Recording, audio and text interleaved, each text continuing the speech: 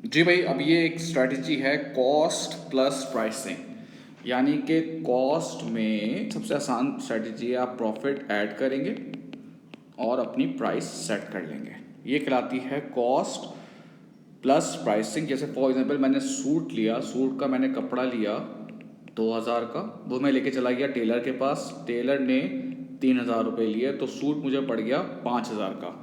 अब ये आपकी कॉस्ट आ गई मटेरियल लेबर वगैरह की।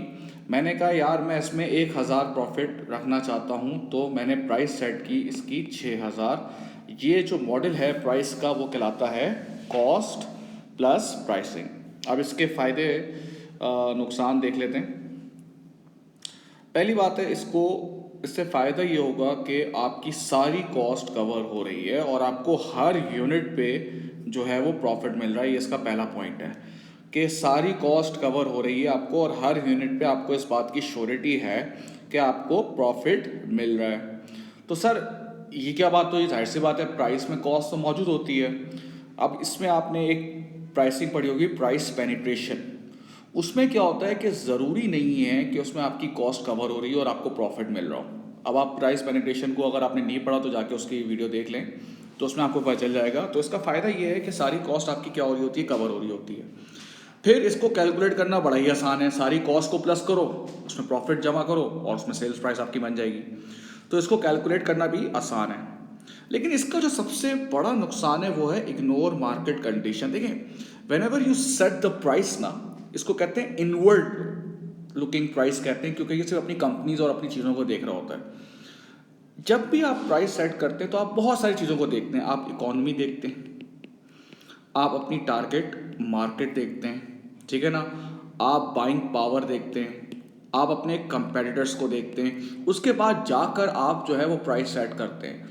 इसमें क्या है, मैंने सिर्फ कॉस्ट को देखा और अपना प्रॉफिट को देखा और मैंने प्राइस सेट कर दी।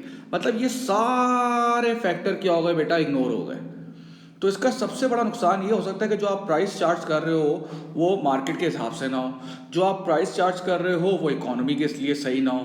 तो इसमें ये एक ड्रॉबैक है। अब easy to defend price hike.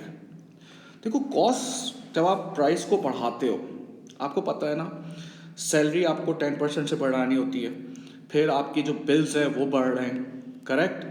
अब पेट्रोल की प्राइस बढ़ गई या इलेक्ट्रिसिटी का यूनिट का बिल बढ़ गया, तो जाहिर सी बात है हमारी कॉस्ट बढ़ गई, तो एट द एंड प्राइस भी बढ़ गई।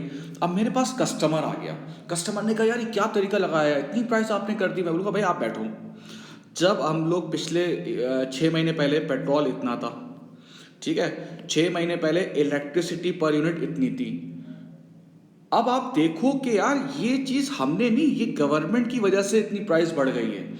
आप उसको जस्टिफाई करोगे, मैं पहले भी 1000 रुपये ले रहा था, आज मैं प्रॉफिट 1000 रुपये ले रहा हूँ, लेकिन जो पहले जो कॉस्ट 5000 आ रही थी वो कॉस्ट अब आ रही है 8000 रुपये। तो इसको जस्टिफाई करना बड़ा आसान होता है कि जब आप प्राइस बढ़ाते हो तो कस्टमर, ऑब्वियसली बात है, कस्टमर को चीज़ पसंद नहीं आएगी कि आपने इतनी प्राइस बढ़ा दी। तो आप उसको जब जस्टिफाई करोगे, देखो भाई ये चीज़ें हैं, ये कॉस्ट है, ये पहले इतनी की थी अब इतने की हो रही है, तो इसको आप जस्टिफाई आप आराम से कर सकते हो।